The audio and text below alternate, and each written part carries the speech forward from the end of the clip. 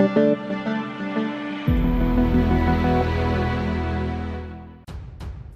to hard reset Poco M6 Pro. Step 1. At first, use the power key to turn off the Poco M6 Pro 5G. Step 2. Press and keep the power button with the volume up at the same time, but let go of the power key after the Poco logo shows up. Step 3. Continue holding the volume up only until the recovery mode appears.